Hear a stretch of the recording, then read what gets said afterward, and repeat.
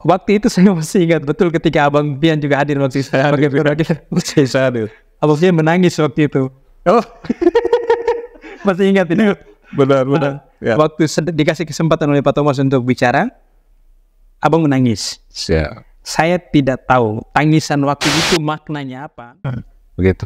Jadi kami merancang itu dengan pertama membuat napak tilas. 7 Maret 99 itu dari Hadakewa ke sini. Diawali dengan seminar. Iya. Diawali dengan seminar yang narasumbernya itu Bapak Gubernur Tekede. Jadi satu saat tengah malam dia telepon saya. Dia bilang, teman, besok pagi engkau ke Polres lapor Peter Balukak.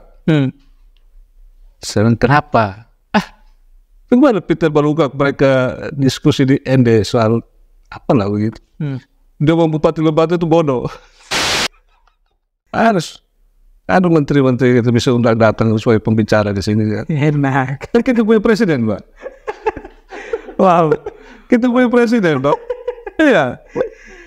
Kita punya presiden. Iya. Jadi saya pikir kita punya kesempatan lah. Gerindra mau tunjukkan bahwa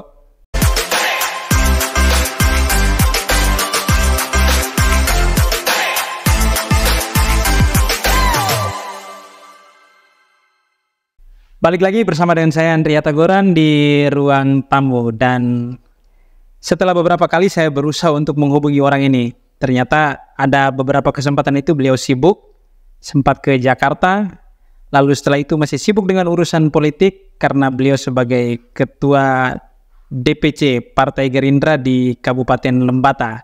Dan hari ini senang sekali beliau punya waktu untuk hadir bersama dengan saya untuk kita bicara soal bagaimana konstelasi politik di Lembata dan juga dampaknya terhadap pembangunan masyarakat Lembata ke depan.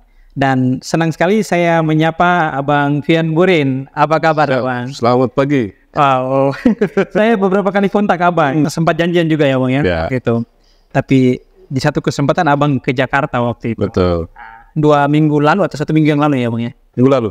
Minggu lalu ya? Minggu lalu. Ini pasti tidak lain dalam konteks Ya, dalam konteks urusan politik ya? politik, pilkada, dan lain-lain. Dan lain-lain. Nah, pertanyaannya itu dan lain-lain ini ya sebenarnya publik bertanya-tanya, Bang. Karena sampai sekarang juga sebenarnya masih belum mengerucut ya untuk pilkada Lembata ini. Atau Abang lihat sudah ada mengerucut? Kasih bocoran sedikit, Bang. Ya, sejauh ini belum. Semua kandidat, semua partai masih mencari bentuk koalisi, masih mencari figur-figur terbaik. Iya. Dan semua proses ini partai ini kan juga masih di tingkat kabupaten. Jadi setelah proses di kabupaten selesai, pasti akan berproses ke provinsi dan selanjutnya ke DPP. Abang, terlepas dari apapun konteks politiknya, Bang, atau dinamika politik yang saat ini ya, tapi ada satu hal yang menarik itu ketika setiap kali pergantian pemimpin, publik selalu menunggu-nunggu apa yang akan dia lakukan. Saya kasih contoh waktu itu, waktu Pak Thomas Olalangodai ketika pertama kali menggantikan almarhum Yance Senur yang meninggal di tengah perjalanan masa kepemimpinan, lalu Pak Thomas Olalangodai mengambil alih pucuk pimpinan untuk Kabupaten Lembata. Beliau mengumpulkan tokoh masyarakat, tokoh politik, tokoh adat, tokoh agama, dan beberapa perwakilan lapisan elemen masyarakat itu di rumah jabatan lama waktu itu. Itu satu hal yang sangat menarik menurut saya, karena di saat itu menjadi momentum yang bagus bagi orang Lembata untuk mereview kembali perjalanan Lembata sejak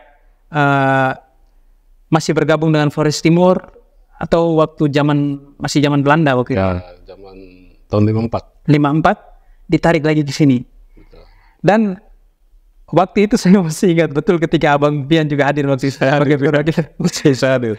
Abang Fian menangis waktu itu. Oh, masih ingat ini. benar.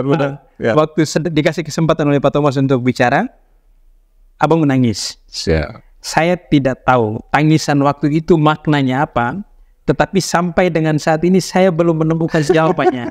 Kenapa Abang Fian ketika berbicara soal otonomi, ketika bicara flashback lagi ke belakang soal statement semangat dari statement 7 Maret 1954, Abang menangis. Dan publik tahu bahwa Abang merupakan salah seorang tokoh salah satu ya otonomi daerah Kabupaten Lembata tahun 99. Waktu itu masih muda ya Bang ya? Masih, 34 ya? 34 ya? Ya. Itu suatu bagaimana? Apa yang Abang rasakan? Ya, jadi begini, bicara otonomi ini kan bagi saya itu sentimental. Ya, karena saya merasakan pergerakan, perjuangan 99 itu. Tapi kita ini kan awalnya kan mulai statement 7 Maret 54. Ya. Itu tonggak sejarah. Nah, statement 7 Maret 54 itu tonggak sejarah perjuangan otonomi Lembata. Yang puncaknya nanti di 99 itu ya. Statement 7 Maret itu mimpi tokoh-tokoh otonomi waktu itu untuk bagaimana Lembata ini menjadi kabupaten otonom. Waktu itu kita baru 10 tahun merdeka. Mereka sudah berpikirkan, itu NTT juga belum ada. 54 ya? 54. Itu tokoh-tokoh waktu itu Pak Gute Betekene, Abdul Mas Sarabiti, itu sudah berpikir bagaimana Lembata itu otonom. Itu kita masih provinsi Sunda kecil. Masih bergabung dengan Bali NTB ya. Itu masih sudah kecil. Tahun 54 mereka sudah berpikir, mereka ini pemikirannya prospeknya jauh ke depan. Bagaimana Lembata ini jadi nom, dan perjalanannya itu ya jatuh bangun ya. Sampai dengan 99 itu. Jadi hampir sekian 50-an tahun juga perjuangan itu. Tahun dan 99 dengan semangat gotong royong, ya, semangat persatuan, diawali dengan Pak Stanis Satomono ya. Pak Stanis Satomono juga oleh tokoh-tokoh yang lain memulai pergerakan itu. Dan waktu itu kami ya sebentar golong masih muda mengambil peran penting di situ untuk mendorong proses ini karena momentumnya reformasi. Kita memanfaatkan momentum reformasi ini untuk bagaimana mempercepat perjalanan otonomi ini. Apa yang mendorong Abang bersama tokoh-tokoh politik, tokoh-tokoh masyarakat Lembata waktu itu mendorong supaya Lembata harus otonomi waktu itu? Kalau kita tarik dari spiritnya statement 7 Maret 1954 ini. Ya, karena Lembata ini satu kabupaten pulau sendiri ya, jauh dari induk Kabupaten Flores Timur, dan perjuangan otonomi itu cita-citanya adalah menurunkan Woyong 55. Woyong 55 itu kebodohan, kemiskinan, keterbelakangan, keterisolasian, dan lain-lain. Itu tujuannya. Maka memang waktu itu kita merasa dengan masih kita di dalam Flores Timur, jangkauan pelayanan cukup jauh dan sangat sulit. Ya. Dan kondisi Lembata saat itu sangat susah. Sangat susah. Maka 99 itulah momentum kita. 99 itu momentum kita untuk bagaimana kita mengambil peran penting untuk mendorong perjalanan otonomi. Sehingga kami waktu itu cukup agresif mendorong orang tua ini. Terutama Pak Penjabat, Pak Pembantu Bupati waktu itu, Pak Stanis Satomono, kami agak sedikit memaksa dia untuk kita segera. Akhirnya dibentuklah panitia dan lain-lain, kami semua terlibat dalam kepanitiaan itu. Dan saya selaku steering komite di situ, saya sebagai sekretaris jenderalnya. Sekjennya dan ketuanya itu, SC-nya itu Bapak Frans Making Almarhum. Saya sekretaris jenderalnya. Jadi mengurus semua materi, tema, segala macam. Itu apa yang ngurus? Direncanakan, di range ya oleh kita. Lalu pelaksananya itu, panitia pelaksana itu mereka yang Pak Rofinus Lasar, dan beberapa tokoh muda yang lain ya. Begitu. Jadi kami merancangnya itu dengan pertama membuat napak tilas 7 Maret 99 itu dari Hadakewa ke sini. Diawali dengan seminar. Iya. Diawali dengan seminar yang narasumbernya itu Bapak Gute Betekene. Masih hidup. Beliau masih hidup. Masih hidup. Saya pergi menghubungi dia dan waktu itu dia dalam keadaan tidur sakit. Saya bangunkan dia, saya bicara tentang kita mau Bapak, bangun kita mau persiapan untuk berjuang otonomi ini. Dia kaget bangun dan dia semangat. Dia bicara, aduh anak, ini yang saya tunggu-tunggu. Oh iya. Akhirnya terjadilah tanggal 6 Maret di Adekewa itu seminar dihadiri oleh utusan dari pemuda seluruh kecamatan, 7 kecamatan waktu itu. 30 orang. Hadir semua di Adekewa dan ikut seminar itu. Jadi orang tua menceritakan tentang sejarah perjuangan, bagaimana kita sekarang menghadapi momentum reformasi ini, kita harus bersatu untuk Lembata ini harus jadi kabupaten otonom berdiri sendiri. Begitu. Memang waktu itu Lembata sangat terisolir ya, yang abang lihat. Sangat. Masih jalan kaki dari Puor ke Loleba. Bergalam itu. Masih jalan kaki. Memang ada kendaraan 1-2 truk-truk gitu, tapi sulit. Sulit ya. Sulit, jalannya setengah waktu musim hujan, mobil terus lewat. Iya. Lembata memang seperti ya orang bilang belum merdeka. Pusat pemerintahnya waktu itu masih di Adekewa. Sudah di Loleba. Sudah di Loleba. 9 sudah di Loleba. Oh, 9 sudah di Loleba ya. Kecamatan sendiri, pembantu bupatinya sudah ada kantor di Loleba. Yang di Adekewa itu apa, Bang? Adekewa itu karena napak tilas. Jadi kita mulai dengan statement sejarah perjuangan. Oh. Dari kegiatannya kita start Adekewa, kita jalan kaki dari Adekewa tanggal 7 itu ke Loleba. Baru kita bikin pernyataan memorandum 99 di kantor Bupati Lama itu. Tapi Adekewa itu sebenarnya dia punya catatan tersendiri sebagai pusat pemerintahan ya. Jadi dulu Swapraja. Zaman Belanda itu Swapraja ini di Adekewa. Oke. Swapraja. Pemerintahan Swapraja dulu itu berpusat di Adekewa. Setelah itu berpindah ke Loleba. Setelah kita sudah ada koordinator SKAP waktu itu, baru pindah ke Loleba. Sekitar tahun 60-an. 60-an ya. Oh, ini menurut saya cerita atau sejarah yang harus diketahui oleh generasi muda Lembata ya. Seberapa penting abang melihat sejarah ini dalam konteks pembangunan hari ini dan ke depan? Ya, karena kita membangun Lembata ke depannya, kita harus berpijak pada sejarah yang benar. Ya, karena sejarah itu punya nilai-nilai. Ada nilai-nilai perjuangan yang diwariskan di situ. Semangatnya, spiritnya, kehendak hatinya. Bagaimana supaya Lembata ini otonom untuk kepentingan kesejahteraan rakyat ini. Tujuan kita berotonomi untuk kepentingan rakyat. Itulah tujuan kita. Bagaimana kita meningkatkan kesejahteraannya, pendidikannya, kesehatannya, sumber dayanya, ekonominya. Itu tujuan kita berotonomi. Jadi kalau sampai kita berotonomi tapi rakyat belum merasakan apa yang dicita-citakan, ya berarti kita belum berhasil. Iya. Kita belum berhasil. Berarti menurut abang, calon pemimpin ke depan harus tahu sejarah Lembata ini? Harus tahu dan mengerti. Kalau tidak tahu?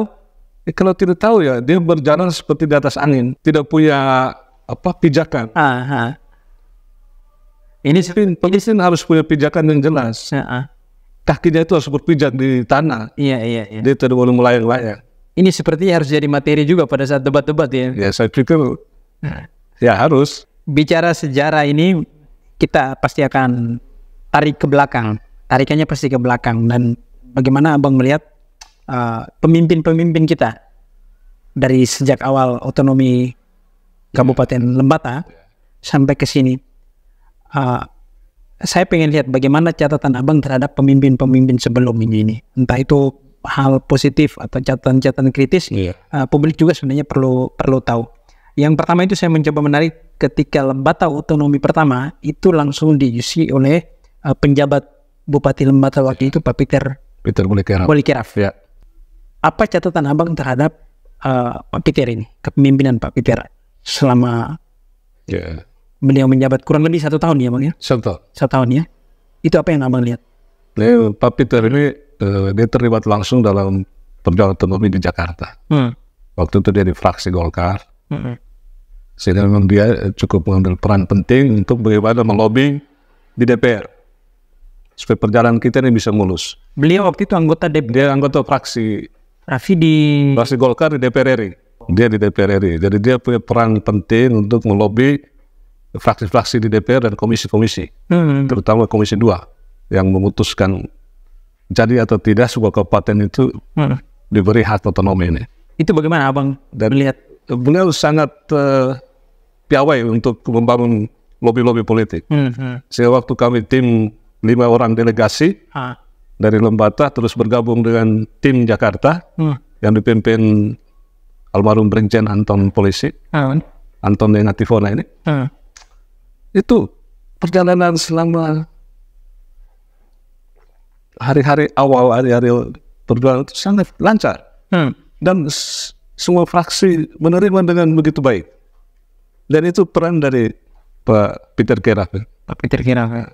Setelah itu 7 bulan kita berjuang di Jakarta, 14 Oktober kita ketok palu undang-undang otonomi. Ya beliau akhirnya mendapat mandat itu menjadi pejabat bupati untuk mulai merintis dan meletakkan dasar pemerintahan di Kabupaten Lembata. Dan setahun beliau di sini, waktu itu juga saya juga akhirnya masuk di DPR tahun 2000. Dan saya lihat beliau sangat luar biasa, ya. Artinya dia mengerti sejarah perjuangan. Ya. Sehingga dia memulai 1 tahun itu juga dengan program-program kerakyatan yang memang cukup dirasakan oleh masyarakat. Dengan bagaimana membuka isolasi lingkar Lembata. Jadi lingkar Lembata itu 1 tahun itu dirintis oleh beliau dengan program gerakan membangun desa dengan menanam tanaman-tanaman ini, dan cukup terasa akses jalan waktu itu dibuka, ya. Akses jalan dibuka. Termasuk jalur selatan yang ke lingkar selatan itu. Nah, itu dia istilahnya lingkar Lembata itu. Dia mulai dari Lewoleba menuju ke yang dari zaman Belanda sampai kita otonomi itu tidak pernah mobil lewat di pantai selatan ini sampai Lamlera itu. Ke arah Loang Bingar ke sana itu. Kalau Loang Bingar ke sana mobil bisa sampai. Cuman mulai dari sebelah Bingar sampai Lamlera itu mobil tidak bisa lewat. Tidak bisa lewat. Itu kan sebenarnya daerah yang sangat sulit, terjal di pinggir pantai, tebing, jurang. Agak sulit untuk buka akses jalan ke situ. Tapi 1 tahun itu Pak Peter tembus sampai Lamlera.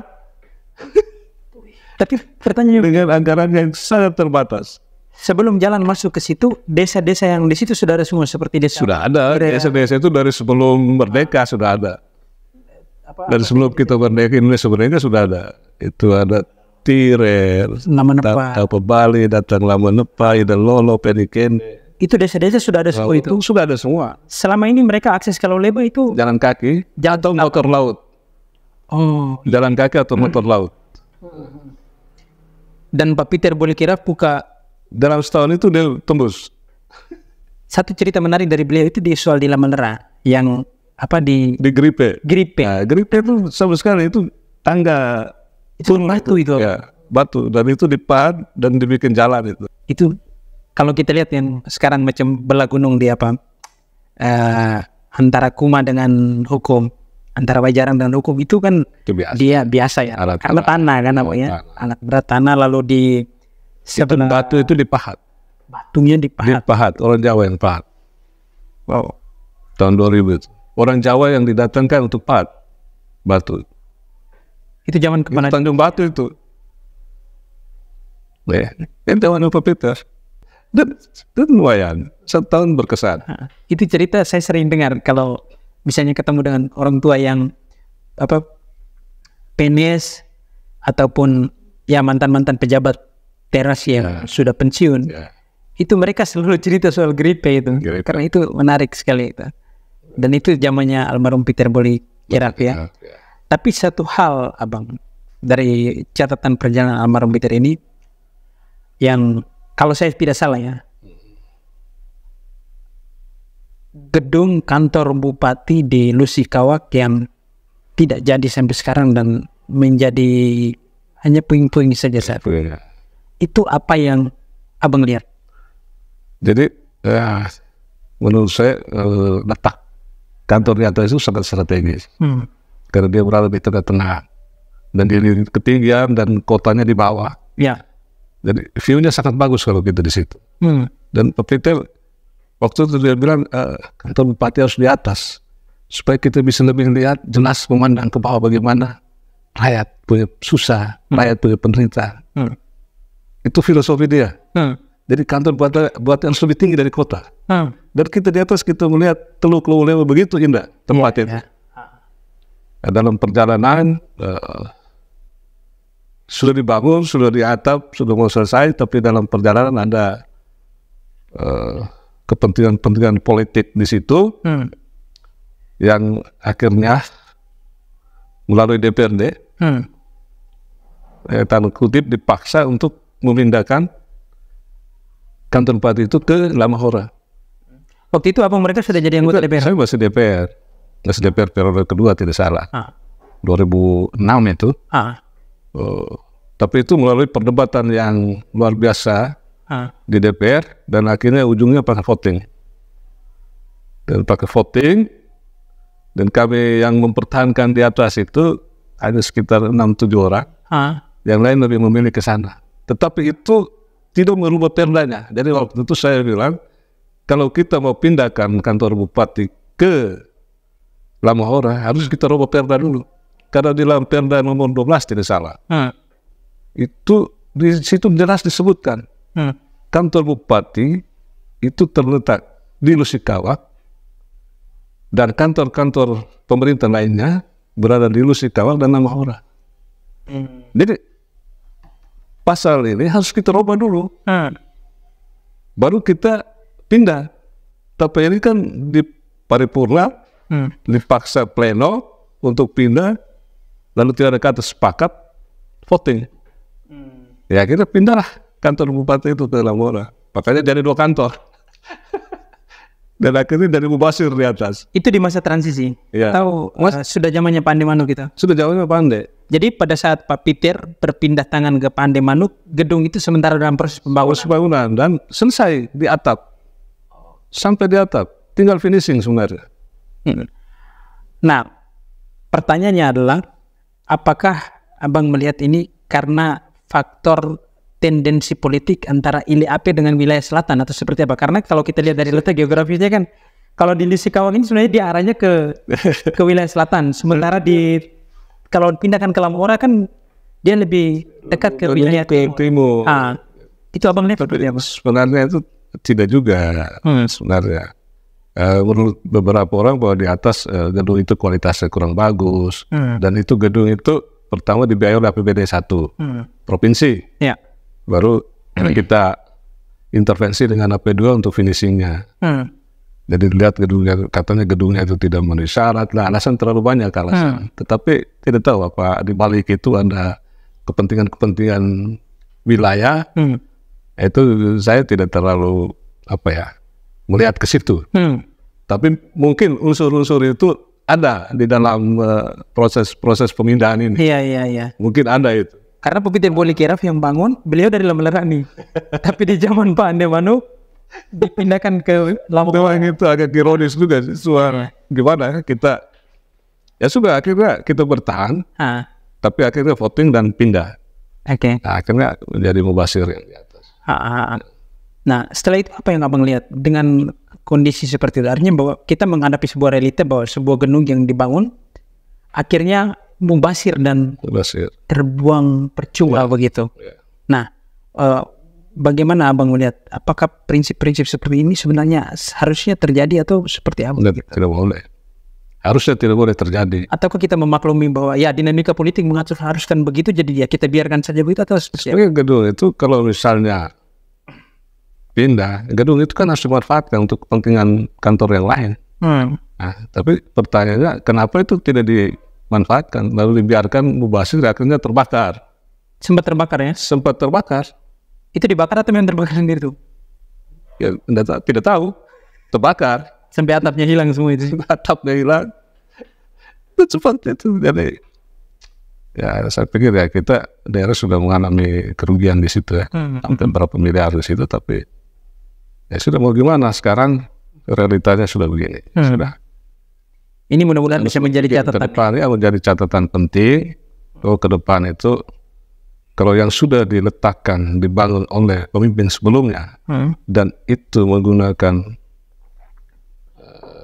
uang daerah, uang rakyat, sebenarnya itu harus dipertahankan, harus dilanjutkan, di-maintain supaya dia menjadi berguna gitu. Ya. Begitu. Jangan sampai membiarkan semuanya mubazir. Itu tidak boleh. Jadi ini pelajaran penting ya untuk ke depan. Baik. Setelah zamannya Pak Peter Bollikeraf dengan bagaimana konsep dia membangun desa, membuka akses dan menerobos keterisolasian beberapa desa di Kabupaten Lembata, kita masuk ke Pak Ande Manuk. Dia memulai dengan kontroversi pemindahan gedung DPR. Nah, ini gedung kantor bupati. Gedung kantor bupati. Ini sesuatu yang dinamis sekali. Tetapi di balik itu apa yang abang lihat? Hal positif dari Pak Ande Manuk itu apa selama 2 periode perjalanan beliau ini? Beliau itu pemimpin yang sangat mengedepankan rasionalitas dan perasaan. Orang bilang bapaknya itu terlalu kebapaan. Jadi kadang-kadang sifat kebapaannya itu dimanfaatkan oleh orang di sekitar dia. Tapi saya waktu beliau bupati 10 tahun, saya selalu bersikap kritis. Saya selalu bersikap kritis. Maksud saya saya waktu itu di DPR dari Golkar juga. Saya menyatakan bahwa kalau kita tidak bersikap kritis terhadap kebijakan bupati, ya Golkar yang akan tanggung jawab dong kalau bupatinya gagal.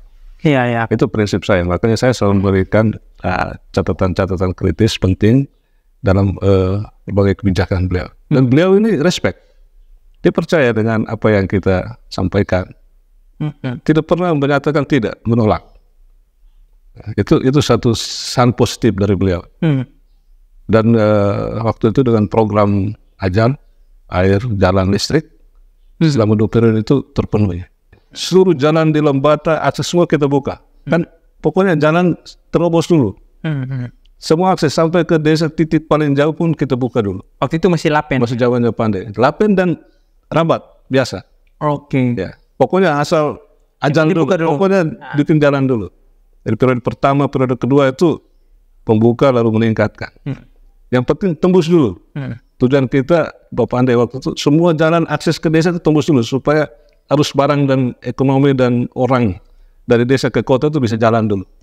Walaupun dengan masih tersendat-sendat karena kondisi jalan yang tidak bagus, tetapi tujuan itu tercapai. Capai. Dan zamannya beliau itu semua kontraktor lokal, bahkan yang belum punya usaha, yang mau berusaha itu didorong untuk bikin perusahaan. Dan selama Bapak Ande 10 tahun itu semua kontraktor diberi kerja semua. Dan muncul kontraktor baru semua banyak sekali. Semua hampir ratusan waktu itu. Hampir 200 lebih kontraktor anak-anak Lembata yang bikin beda, dan semua harus dapat pekerjaan. Bapak Ande bilang semua PL yang kontraktor baru harus dikasih kerjaan supaya mereka punya pengalaman. Yang sudah punya pengalaman ikut proses tender. Dan ada kebijakan tender ini kamu harus saling mendukung. Supaya jangan ada monopoli. Jadi kalau kamu sudah dapat di situ, ya kalau di sini temanmu ikut, ya kau bantu dukung temanmu lah di sini. Iya. Sehingga semua orang waktu itu dapat pekerjaan. Dan kami mengawasi dengan sungguh-sungguh. Saya sering bongkar pekerjaannya kontraktor walaupun orang Golkar punya. Mau gedung, mau jalan. Oh iya, waktu itu Pak Ande di Golkar ya? Di Golkar. Dan saya waktu itu masih di Golkar. Sering bongkar. Kamu dapat pekerjaan, tapi kita ngawasi dengan sungguh-sungguh. Ya waktu itu undang-undang otonomi ya, waktu itu undang-undang tentang pemerintahan daerah itu memberi kekuasaan legitimasi pada DPR cukup kuat. Karena di awal-awal reformasi itu DPR bisa berhentikan bupati investment. Kalau bupati pertanggungjawabannya ditolak, itu bisa di investment. Jadi pemerintah dengan DPR waktu itu, ya pemerintah agak segan juga dengan DPR karena punya kuasa sampai memberhentikan bupati. Kalau sekarang bagaimana sekarang? Sekarang kan undang-undangnya tidak berhenti, tidak bisa berhentikan. Hanya keterangan pertanggungjawaban. Engkau teriak saja di situ. Jadi karena pemerintah ini rupanya mereka melihat bahwa DPR terlalu kuat, makanya undang-undang ini semakin melemahkan fungsi-fungsi DPR itu. Semakin memperlemah fungsi-fungsi DPR. Menarik ya. Nah, di periode kedua Pak Ande Manuk, abang masih ketua DPR? Masih anggota DPR tadi? Berdua masih. Masih ya? Ya, masih DPR. Ada satu isu menarik yang di zamannya Pak Ande juga. Ini kita bicara lebih banyak ke Pak Ande karena memang rentang kepemimpinan beliau juga cukup panjang, 10 tahun ya. 10 tahun. Soal tambang emas waktu itu. Oh ya. Itu di zamannya Pak Ande ya. Betul. Wacana pembukaan tambang emas di wilayah Kenan waktu itu. Ya. Itu Kenan posisi dan Liragere. di Liragere juga waktu itu. Itu posisi abang bagaimana itu? Waktu itu rakyat menolak ya. Rakyat menolak dan kita di DPR juga berada di posisi pemerintah dan masyarakat. Akhirnya waktu itu kita mengambil langkah, kita studi banding. Kita studi banding untuk kita melihat output dan impact dari perusahaan tambang itu di daerah-daerah. Makanya ada 2 tim, satu ke Bolang Mengundo, satu ke Nyumon di Mataram. Dan saya ikut ke Bolang Mengundo di Sulawesi Utara. Memang dampak dari tambang itu memang yang merusak lingkungan. Merusak lingkungan karena sisa-sisa merkuri itu kan kalau di sungai itu kan mati sungai. Segala macam itu. Tapi dampak ekonominya sangat tinggi. Kampung-kampung di sekitar areal pertama itu ATM itu jaraknya mungkin 1 kilo ada ATM, 1 kilo ada ATM. Iya, karena penggunaan uang begitu tinggi di areal pertama kan itu. Dan mereka sangat maju dari segi ekonomi, tetapi dari segi lingkungan sangat tidak menguntungkan. Dan karena mau pemulihannya juga butuhkan waktu yang panjang. Ya dari hasil kunjungan itu maka kita menyimpulkan bahwa Lembata ini satu pulau kecil, kalau dieksplorasi secara besar-besaran dengan teknologi alat-alat berat, maka pasti Lembata ini akan hancur, akan sulit. Sehingga kita waktu itu DPR kita merekomendasikan untuk tidak dilanjutkan program ini dan kita sesuaikan dengan aspirasi dan keinginan masyarakat. Dinamikanya salot tidak dengan dinamika waktu soal perdebatan soal pembangunan gedung kantor bupati ini? Waktu kalau abang lihat? Tidak juga, karena tekanan masyarakat terlalu tinggi. Dan karena kita sudah lihat kondisi di 2 wilayah itu, sehingga kita mengambil kesimpulan bahwa ini kayaknya Lembata sulit. Maka akhirnya kita sampai kepada Perda tentang lingkungan hidup itu. Saya dengar kasus itu yang periode berikut baru mereka tetapkan itu. Zamannya periode ketiga DPR. Saya dengar waktu Om Fred dengan Om Fred Wahon. Itu periode ketiga mereka. Oh, jadi mereka dari setelah kita. Setelah abang. Setelah kita. Baru periode berikutnya baru Om Fred mereka. Nah itu yang pertentangannya kuat sekali waktu itu ya. Itu yang sampai keluar Perda itu. Sampai keluar Perda tentang lingkungan hidup dan di satu pasal menyatakan Lembata menutup tambang emas. Dan sampai sekarang udah close begitu ya? Sekarang close. Masuk ke periode berikutnya di zamannya Pak Yance. Beliau, kalau Pak Ande ini 2 periode itu dipilih langsung oleh rakyat ya? Waktu itu ya? Periode pertama dipilih oleh DPR. Periode kedua. Berarti bupati pertama yang dipilih oleh rakyat di Kabupaten Lembata itu adalah Pak Ande Manu di periode kedua kepemimpinan beliau ya? Itu di tahun 2004 lah. 2004 ya. 2004. Nah setelah itu masuk ke Pak Yance. Pak Yance waktu itu beliau berpasangan dengan Victor Madawaton di periode pertama ya. Waktu itu abang sudah calon belum. Saya waktu itu calon tapi gagal di KPU. Kenapa gagal tuh? Karena dukungan partai non-sitnya itu dobel-dobel. Akhirnya verifikasi KPU gagal, akhirnya saya mau verifikasi tahap kedua, saya mundur. Masuklah Pak Petrus Tanatawa dan Mahat Bumi untuk masuk ke verifikasi tahap 2, itu juga gugur juga di sana. Abang ini, saya lihat ini lama perjalanan mirip-mirip Prabowo ini saya lihat. Saya dari 2006. Calon dari tahun berapa? Saya dari 2006 itu harus sudah Golkar sudah putuskan Ande Manu Fian Borin 2006. Sampai Pak Meda turun di Lembata 2 hari untuk bagaimana membicarakan paket ya. Tapi terakhir ya Pak Ande, karena waktu itu aturan di Golkar itu salah satu klausulnya menyatakan harus dengan persetujuan calon bupati. Walaupun partai sudah putus, tapi karena calon bupati ini masih pikir, masih bimbang, tahu apa yang dia ragukan terhadap saya. Padahal saya ini kader yang dia minta saya masuk Golkar sebenarnya. Beliau ini yang mengkaderkan saya di Golkar. Kan saya ini asli PDI. Tapi pada saat perjuangan otonomi di Jakarta, beliau menelpon saya lewat Pak Ignas Hurek ini jam 1 malam. Minta untuk gabung di Golkar tahun 99 itu. Dan Pak Peter di Jakarta waktu itu juga karena Golkar, dan beliau menyatakan bahwa fraksi terbesar di DPR RI kalau ketua umum semua di sini harus kuning. Ya terpaksa saya juga diminta 3 kali sama Pak Pandey dari Naratuka. Pak Peter juga tegaskan, saya bilang sudah saya ikut Bapak, saya ikut orang tua. Kalau orang tua minta ya saya ikut. Saya tinggalkan PDI waktu itu.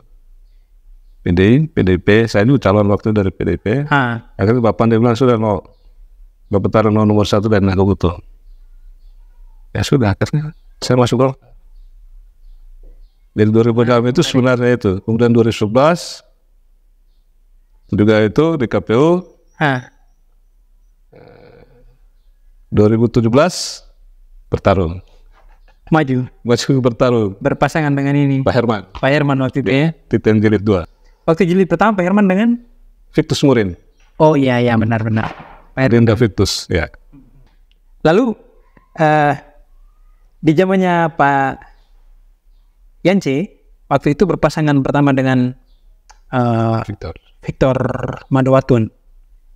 Itu abang di posisi saya di Titen. Di Pak Herman Wutun. 2011 ya? 2011. Ya. Saya waktu itu masih di Golkar. Masih di Golkar, tetapi di penghujung 2011 itu kan saya sudah mundur dari Golkar. Oh, mengambil alih Gerindra waktu itu jangan-jangan atau? Karena saya diminta. Gerindra ini saya diminta. Bukan saya melamar, tapi saya diminta untuk ambil ini. Karena 2011 itu saya undurkan diri dari Golkar karena di Musda sebenarnya sudah ada komitmen dengan Pak Wat waktu itu. 2010 ya waktu itu Kongres 2009. Sebenarnya Musda 2009 itu saya dengan Pak Yohanes Rusani berkomitmen bahwa saya ketua. Tapi dalam Musda beliau mau ambil ketua lagi. Akhirnya dalam pemaparan visi misi saya menyatakan saya mengundurkan diri. Saya mengundurkan diri dari pencalonan. Dan selanjutnya saya merasa ya sepertinya komitmen di Gerindra di Golkar ini sudah tidak ini lagi, tidak konsisten ya. Sejak 2006 itu kan saya dijanjikan, saya didamaikan, saya dan Pandey itu di Jakarta. Itu di rumahnya Pak Erlangga Hartarto. Karena Pandey menolak saya dan DPP di bawah Pak Erlangga Hartarto, Pak Victor Leskodat. Itu membawa saya dan Pandey ini ke Jakarta. Dan mendamaikan saya di rumahnya Pak Erlangga Hartarto. Dan saya hadir waktu itu Pak Ande dipesan sama Pak Erlangga sama Pak Victor Leskodat di Golkar. Pak Ande pulang maju menang, siapkan Pak Fian untuk jadi bupati 2011. Pak Ande setuju dan saya diminta Pak Fian, Adinda pulang kerja untuk menangkan Pak Ande. Dengan komitmen tadi itu. Salamanlah kami dua di rumahnya Pak Erlangga Hartarto. Kembali saya bekerja, saya berkampanye keliling untuk memenangkan beliau. Nah, 2011 komitmen itu sudah tidak dipakai lagi. Mereka mengusung Pak Herman. Nah, itulah saya mundur. Saya mundur dari Golkar itu karena itu. Tapi menariknya ketika Golkar dorong Pak Herman, abang mundur. 5 tahun berikutnya abang bergandengan dengan Pak Herman. Ini bagaimana dinamika yang terjadi selama 5 tahun itu? Ya, jadi ya ini namanya politik ya. Politik ini kan dinamis. Jadi yang ada adalah kepentingan. Gitu. Tidak ada musuh dan teman yang abadi di politik. Yang abadi itu kepentingan. Jadi ketika 2011 saya tidak maju. Dan di 2017 Pak Herman datang dan meminta saya. Dan dia punya visi misi menurut saya juga bagus untuk Lembata. Dan kepentingan kita sama. Makanya saya menerima pinangan beliau. Saya menerima pinangan beliau dengan mengajukan politik gagasan. Karena orang bilang, masih selatan-selatan, ya toh? Sepertinya saya dan Pak Herman itu dilihat sebagai orang selatan. Tapi saya bilang tidak, kita mengajukan politik gagasan. Karena Lembata ini tidak ada utara, tidak ada selatan, tidak ada timur. Lembata itu satu. Sejak 7 Maret 54, Lembata itu satu. Karena statement itu jelas itu. Titik kakak no aring. Sejak saat itu tuh Lembata itu kakak dan adik. Tidak ada Paji Demong. Waktu itu tulis jelas di situ statement. Titik kakak no aring. Tidak ada lagi Paji dan Demong.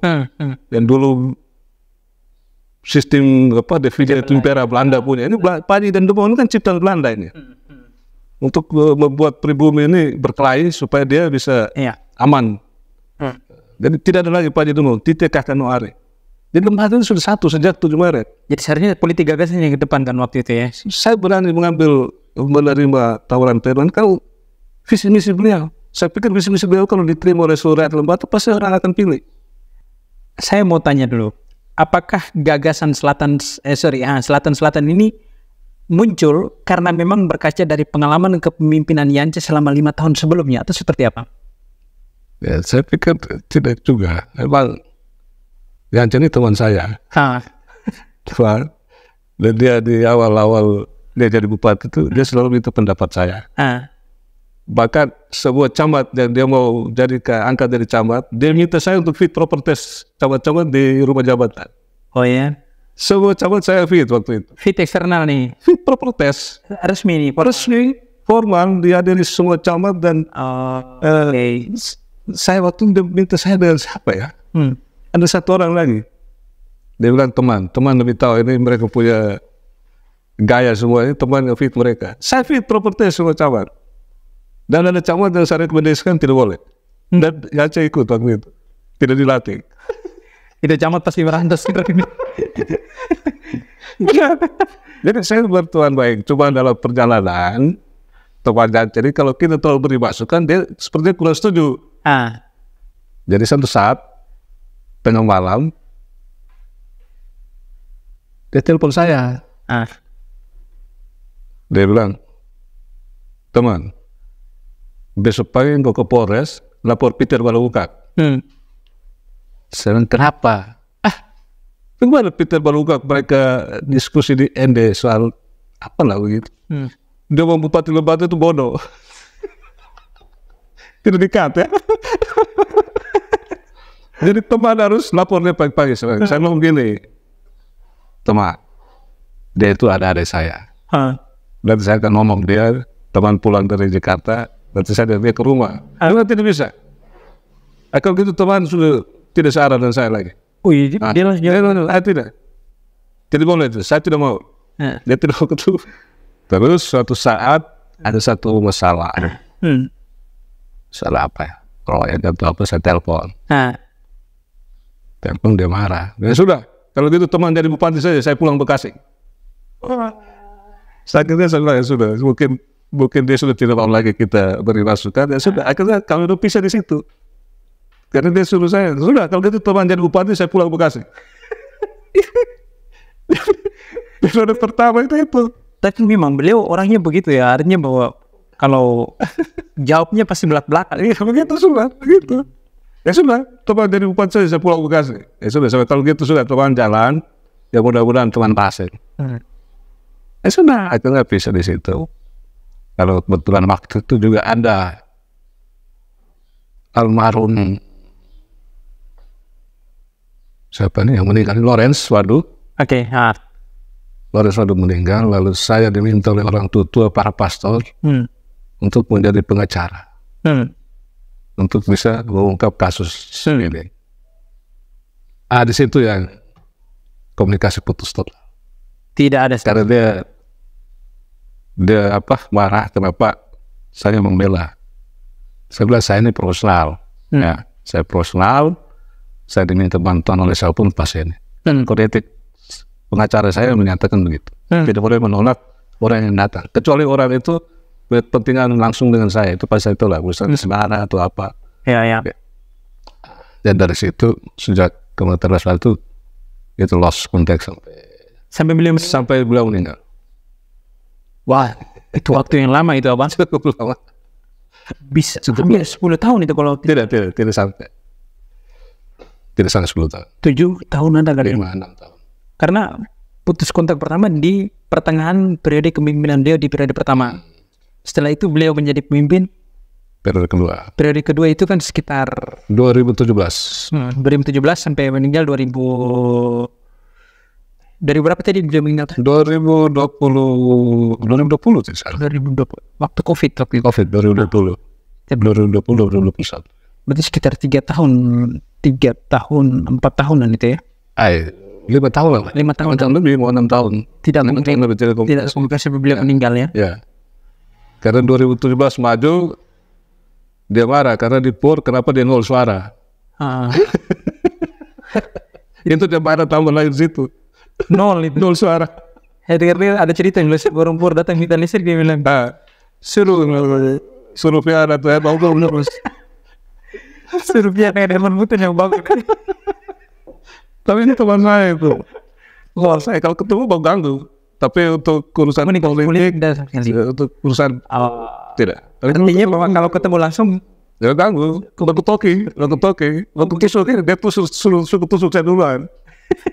Karena sudah tahu arah, sudah tahu maunya apa. Menarik juga ya. Dan dia selalu toker saya duluan. Dia kutik-kutik saya dia kutik-kutik.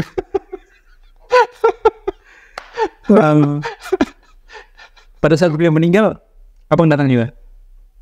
Saya tidak pergi. Abang tidak pergi? Saya tidak pergi, tapi saya mendoakan.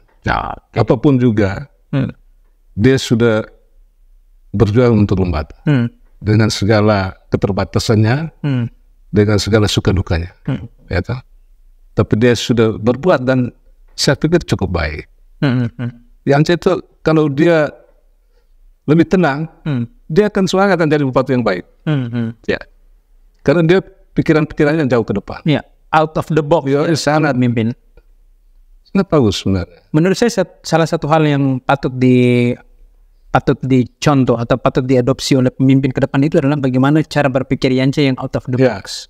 Atau menurut Abang bagaimana? Ya, dan itu tidak semua pemimpin bisa. Tidak semua pemimpin bisa. Ya, makanya kita walaupun saya dari jauh saya berguru. Saya berguru. Walaupun tidak dekat seperti periode pertama. Hampir 2-3 tahun kami dua baru komunikasi dan selalu minta pendapat. Karena ada sesuatu dengan ini teman bagaimana di awal-awal itu. Karena menurut catatan saya Bang, terlepas dari ketika Pak Ande Manuk dengan Pak Peter Bolikiraf membuka akses jalan ke daerah-daerah terisolir, tapi Pak Yance itu membuat finalisasi pembangunan jalan sesuai dengan yang diharapkan. Hot mix. Dan waktu itu sangat masif pembangunannya di zamannya Pak Yance. Dari wilayah timur dari Lawaleba ke Kedak misalnya. Itu kan cukup bagus, cukup masif.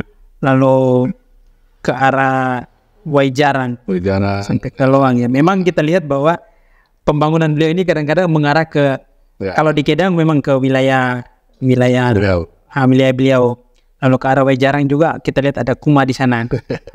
Tetapi kan kalau kita mencoba untuk mengeliminir itu, sebenarnya pembangunan jalan dampaknya untuk masyarakat juga kan cukup besar.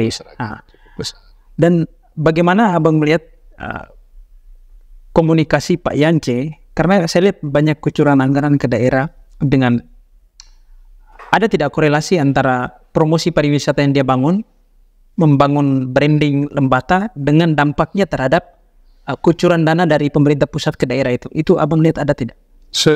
Itu punya sinergi yang bagus. Itu bersinergi memang. Karena pariwisata itu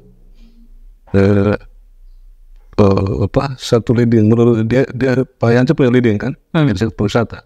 Pariwisata dari titik ini maka stakeholders yang mendukung pariwisata ini harus dibangun. Dan saya pikir itu di zaman Pak Yance jalan. Dan nampaknya bagus terhadap pembangunannya. Dampaknya ada. Hanya yang menjadi catatan kritis adalah bagaimana beliau mengelola birokrasi, membangun komunikasi dengan DPR itu yang kurang sinergi dengan DPR. Ya, jadi saya pikir ke depan itu tidak boleh. DPR dengan wakil parti dan pemerintah daerah itu adalah mitra yang sejajar yang harus saling menghormati, saling menghargai. Karena tujuan kita sama, bagaimana membangun lembaga ini dalam situasi yang kondusif, itu sesuai dengan cita-cita orang tua kita dulu. Gitu. Jadi saya pikir ya kalau banyak payahnya di situ. Nah, abang, masa kepemimpinan Yance di awal 5 tahun periode pertama, di penghujungnya ada pemilihan kepala daerah lagi, dan abang bergandengan dengan Pak Herman Hutun dalam paket Titen jilid 2. Titen jilid 1 itu zamannya Pak Herman dengan Vian Burin ya. Vitus Burin. Itu Titen jilid 1. Lalu Pak Herman dengan Vian Burin Titen jilid 2. Nah, muncul isu selatan. Lalu di timur sana bangkit dengan Uyelewon Raya. Nah, selatan ini apakah sebenarnya abang mereka mau bangun itu apa? Dikotomi politik kedaerahan atau seperti apa, bang? Atau politik kewilayahan yang merepresentasikan wilayah selatan atau seperti apa?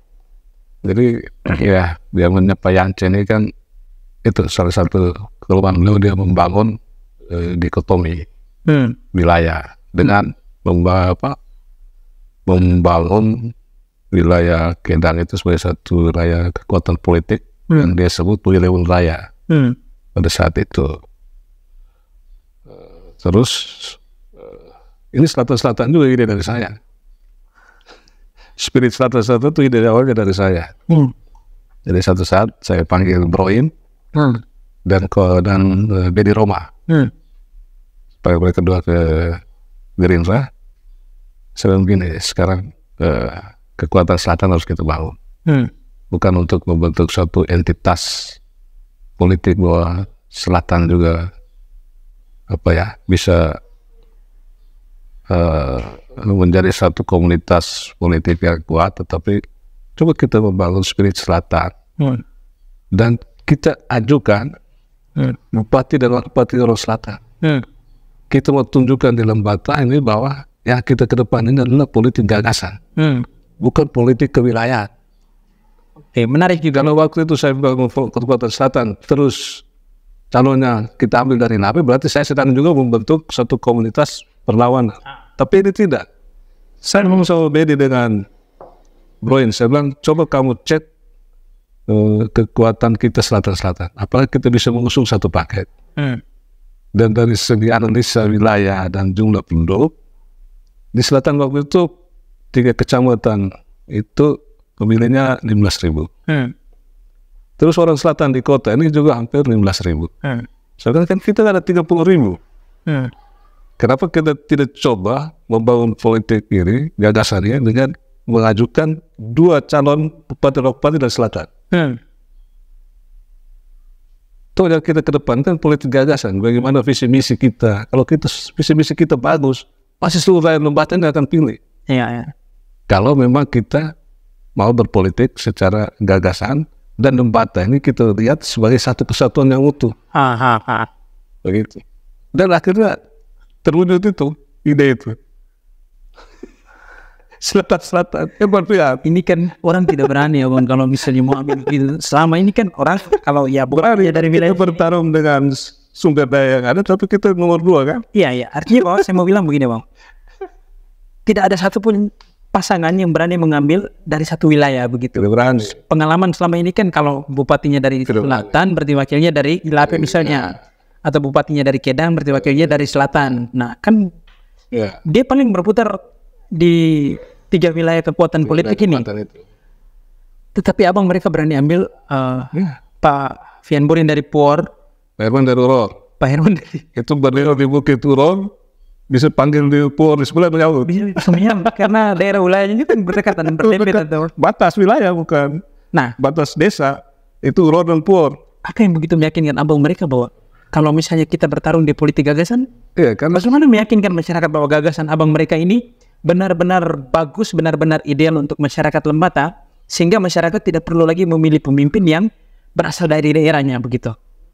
Karena saya percaya Pak Herman itu satu tokoh Lembata yang diterima semua pihak.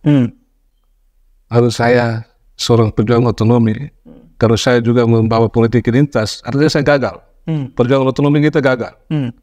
Karena kita berotonomi terus kita terpecah terkotak-kotak. Itu orang tua marah. Setiap 7 Maret leluhur akan sangat marah kalau kita mengedepankan politik identitas. Maka saya bilang kita maju dengan politik gagasan. Kalau seorang tokoh saya Pak Herman dengan visi-misi yang begitu bagus diterima oleh seluruh rakyat Lembata, pasti kita menang. Dan suara kita di seluruh wilayah Lembata ini signifikan. Kita 18.000 lebih, hampir 19.000. Di Lape juga mendapat dukungan yang bagus, sekitar 3.000 lebih, di Kedang 2.000 lebih, di kota ini kita 8.000 lebih, di selatan kita hampir 8.000-an juga. Menang telak di selatan. Iya. Dan Yance suara 0 di Puor. Dan itu tanpa duit. Dan sampai itu Bang Aceh, dia 0 suara di Puor, bahkan dia marah. Mau bikin apa-apa, kamu suruh Fian itu bangun. Mau buat jalan apa, suruh Fian dan Herman itu bikin. Jangan kamu minta di saya. Itu sampai dia mati kami tidak ketemu. Dia marah. Apa yang abang mereka tawarkan untuk Lembata waktu itu, Bang? Ya kita, Pak Herman ini kan dia mau membangun Lembata ini dalam satu kesatuan. Jadi dia punya cita-cita itu Lembata itu harus bebas dari kemiskinan. Cita-cita dia adalah menjadikan Lembata ini kabupaten koperasi. Karena dia percaya bahwa koperasi itu sokong guru ekonomi. Dengan koperasi itu seluruh masyarakat Lembata bisa sejahtera. Baik koperasi kredit maupun koperasi serba usaha. Karena itu di situ ada nilai gotong royongnya di situ. Ada nilai gemoingnya ada di situ di koperasi itu.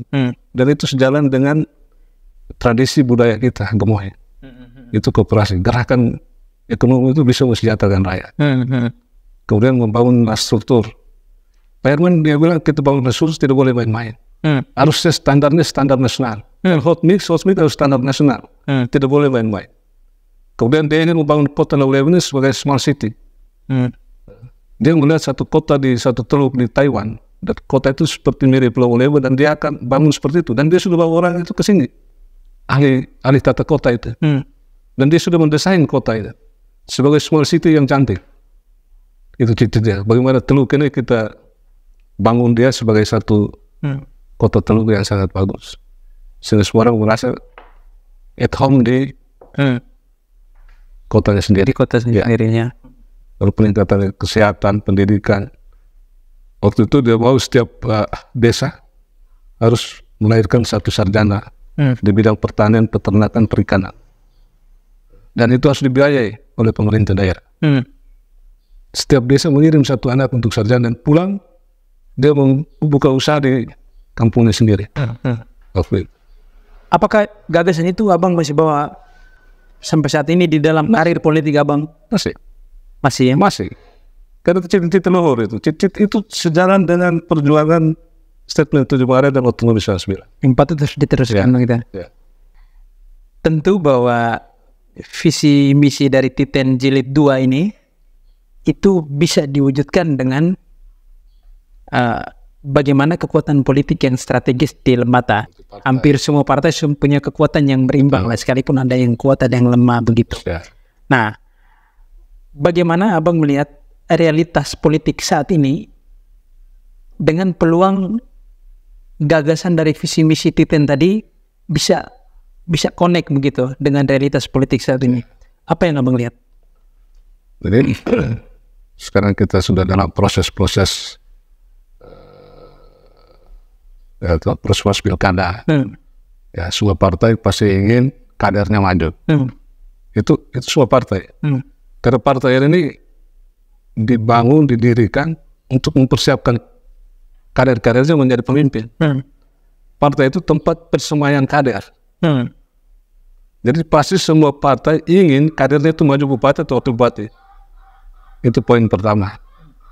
Karena untuk apa membuat partai kalau kader-kadernya itu tidak bisa diusung, didukung untuk menjadi pemimpin baik di daerah maupun di tingkat nasional. Sini saya lihat ini ada 11 berapa partai yang punya kursi ini hasil pemilu kemarin 2024. Saya membaca ada sekitar mungkin nanti akan mengerucut ke 3 pasangan calon, 3 atau 4 pasangan calon. Ini yang sedang mengarah ke sana. Yang sedang mengarah itu 3 atau 4. Dan saya berharap kami dari Gerindra memang sudah memutuskan melalui rapat kerja cabang untuk ketua DPC maju melalui rapat kerja cabang sebagai bupati atau wakil bupati. Tapi realitas hari ini Gerindra 2 kursi. Jadi pasti kita juga akan realistis untuk menentukan posisi kita. Ya toh? Ya. Kalau bagi saya nomor 1 atau nomor 2 bukan masalah. Yang penting teman koalisi bisa satu visi misi seperjuangan untuk membangun lembaga. Mau jadi bupati, wakil bupati bagi saya tidak masalah. Yang jadi masalah adalah bagaimana caranya, ya toh? Bagaimana caranya kita membangun lembaga ini dengan semangat tanto untuk kesejahteraan rakyat. Tujuan otonomi ini untuk rakyat ini harus betul-betul merasakan sejahtera. Jadi, di mana ada persoalan rakyat di situ, pemerintah harus hadir di situ. Itu tujuannya. Pemerintah harus hadir di setiap persoalan masyarakat. Banyak sekarang kan mengeluh beginilah. Ya, pemerintah kurang respect, kurang respon. Ya, itu kondisi kita, realitas kita hari. Mari kita satukan semua pandangan, persepsi, perbedaan-perbedaan itu untuk satu jatuh tujuan. Sehingga saya pikir kalau mendapat pasangan yang cocok, mungkin visi misi Titen ini saya sodorkan ke calon bupati, mungkin itu bisa dikolaborasi dengan visi misi calon bupati. Oke, menarik ya. Dan semenjak adanya instruksi partai bahwa pemimpin partai di daerah wajib mencalonkan diri menjadi calon bupati atau calon wakil bupati, maka sebenarnya hari ini saya boleh mengatakan bahwa Abang merupakan salah satu bakal calon bupati atau calon wakil bupati dari Partai Gerindra ya. Menariknya adalah ketika semua partai politik belum mendeklarasikan siapa calon bupati atau calon wakil bupati yang mereka usung, Partai Gerindra merupakan satu-satunya partai yang lebih dahulu mendeklarasikan calon tunggal Vian Burin sebagai calon wakil bupati. Karena berkaca dari hasil pilihan kemarin 2 kursi ya. 2 kursi. Abang tidak khawatir dengan mengunci posisi seperti ini dengan komunikasi politik dengan partai lain begitu? Ya, saya pikir politik itu kan dinamis. Politik itu berubah menit detik ya. Bisa saja dia berubah di suatu waktu, bisa. Yeah. Nah, tetapi inilah konsistensi partai. Inilah komitmen partai. Ya. DPP memerintahkan semua kader wajib maju. Dan kalau ketua DPC maju ya pasti didukung karena ketua DPC pimpinan tertinggi di daerah. Itu sudah pasti didukung ya? Pasti, saya yakin pasti. Sehingga dan itu juga kesepakatan dari semua kader-kader di Lembata. Itu jauh, itu dari tahun lalu mereka sudah menyatakan Pak Ketua kali ini tidak semua pileg, Pak Ketua siapkan diri untuk bupati atau wakil bupati. Saya ikuti permintaan mereka itu. Ya, sekarang sudah saatnya mereka yang ngurus Abang nih untuk sekarang saatnya mereka juga harus kembali mengurus partai ini. Iya. Mengurus partai ini dan mengurus ya proses-proses pencalonan kita ini. Karena itu komitmen. Itu komitmen. Politisi juga harus dilihat dari konsistensinya ya, komitmennya. Kalau kita juga tidak komitmen, nanti rakyat juga melihat kita ini orang ini Pelin-pelan. ini tidak bisa dipercaya. Jadi kalau sudah bilang A ya A. Apakah niat itu semakin membuat abang percaya diri dengan Partai Gerindra sebagai pemenang pemilu di tahun 2024 ini, di mana Prabowo sebagai Ketua Umum Partai Gerindra terpilih menjadi Presiden Republik Indonesia untuk periode 2024-2029. Ini yang membuat semakin memantapkan posisi abang. Saya pikir itulah efek presiden ini membuat Gerindra di mana-mana. Di seluruh Indonesia ini menjadi partai yang seksi. Karena kalau maju dengan Gerindra, itu dia punya tingkat elektoralnya itu pasti naik. Pasti naik. Karena efek elektoral dari presiden wakil presiden.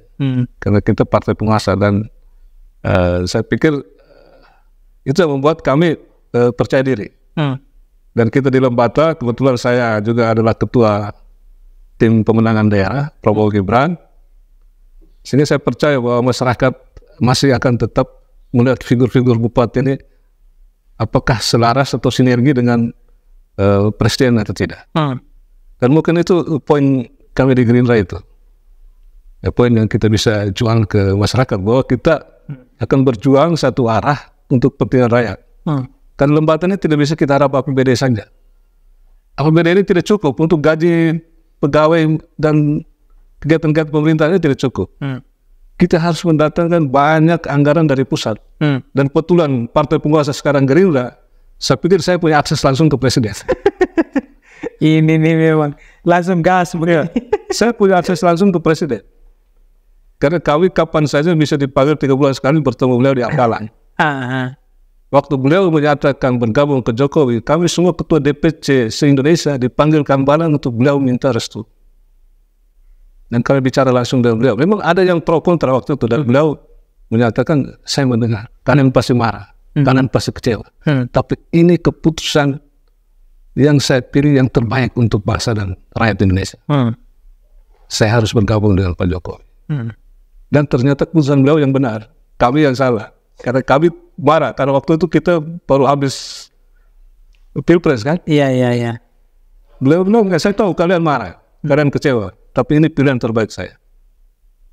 Nanti satu saat kalian akan melihat hasilnya. Dan ternyata betul. Hari ini beliau buktikan. Beliau buktikan bahwa apa yang beliau putuskan itu benar. Jadi saya punya akses langsung ke beliau.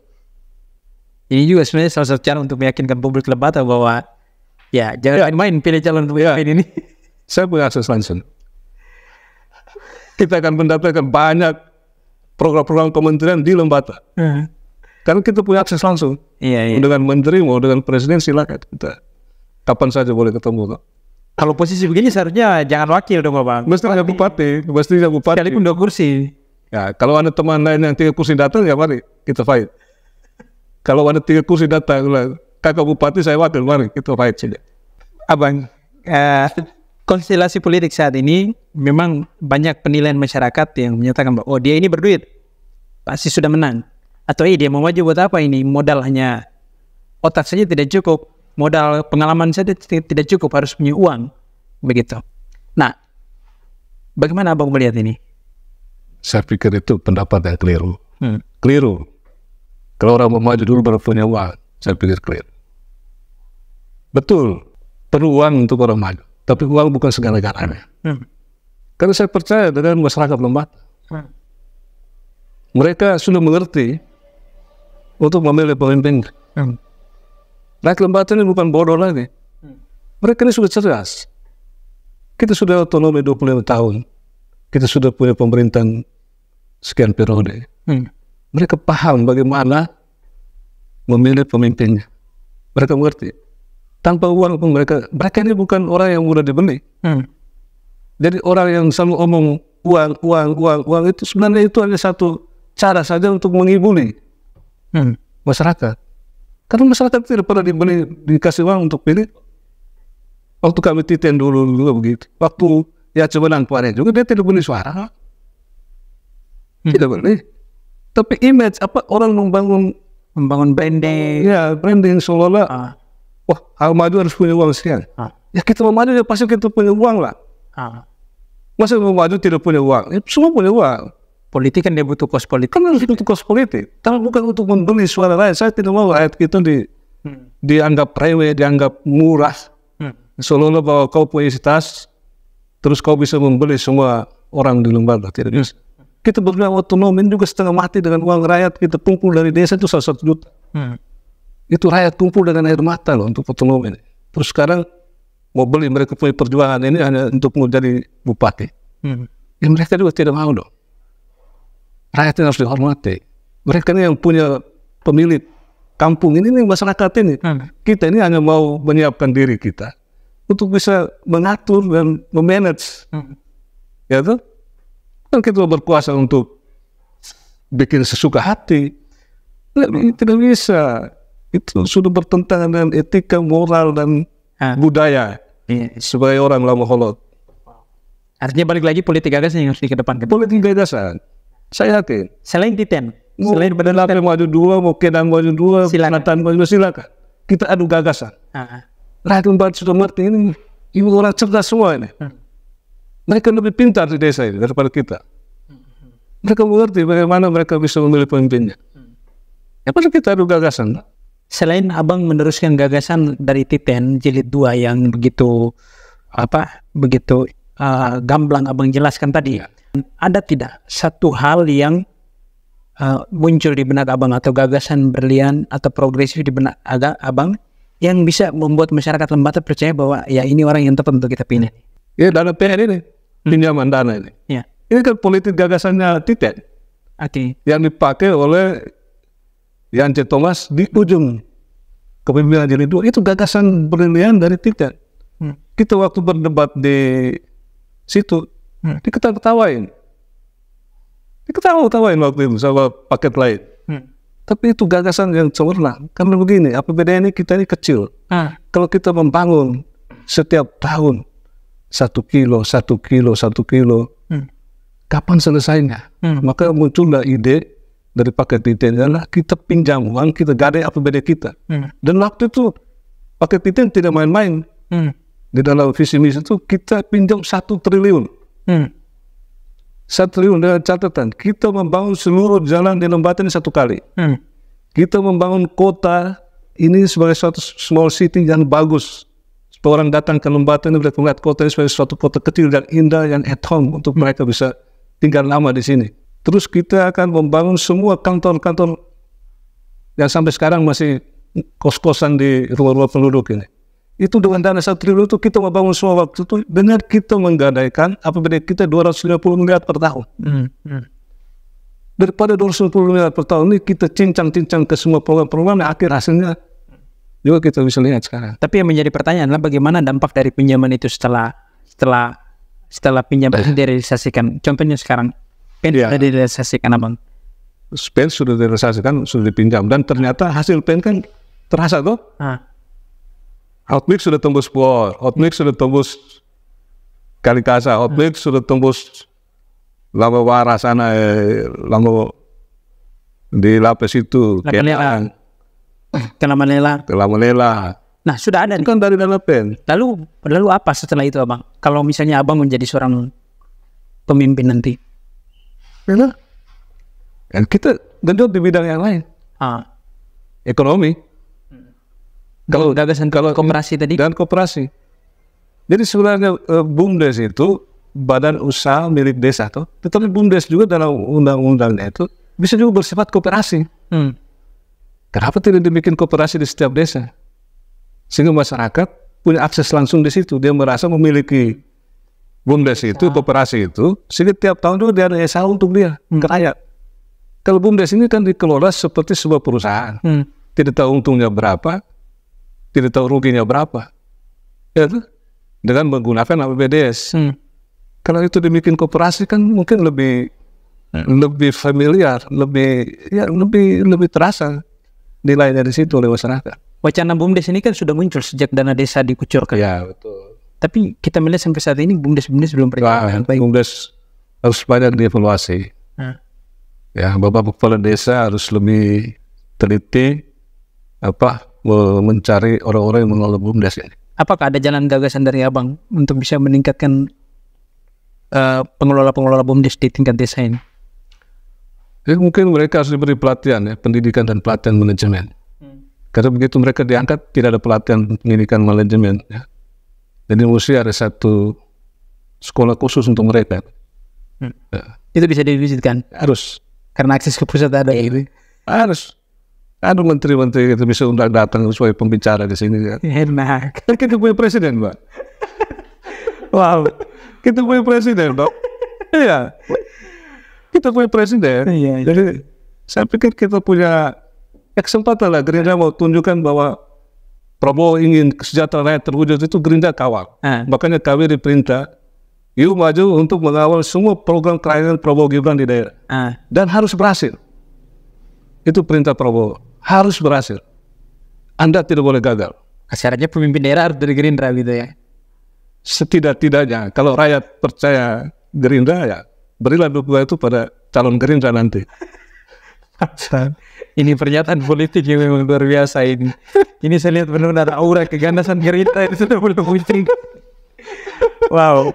Abang, terima kasih banyak Abang sudah banyak berbagi. Kita mendapat banyak hal tadi dari sejarah Lembata ini dan sampai kepada gagasan besar untuk Lembata ke depan, berangkat dari posisi Partai Gerindra yang dipimpin Abang di Kabupaten Lembata saat ini.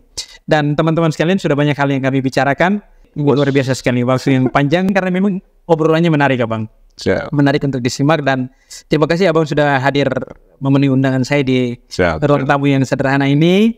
Dan mudah-mudahan ke depan kita akan membuka semakin banyak diskusi untuk memberikan sharing ilmu dan juga pengetahuan, dan juga membuka ruang demokrasi untuk masyarakat Lembata ya. Terakhir Abang, saya minta satu pernyataan Abang, pernyataan kunci atau semacam quotes untuk masyarakat Lembata kalau kita bicara konteks dinamika politik saat ini untuk pembangunan Lembata ke depan. Apa yang mau Abang katakan untuk masyarakat Lembata? Ya, saya mau bilang Lembata ada satu. Kita ini kakak Noare ya. Tidak ada lagi si A, si B, tidak ada lagi Padi Demong, tidak ada Uyelewung, tidak ada Senatan. Mari kita satu hati.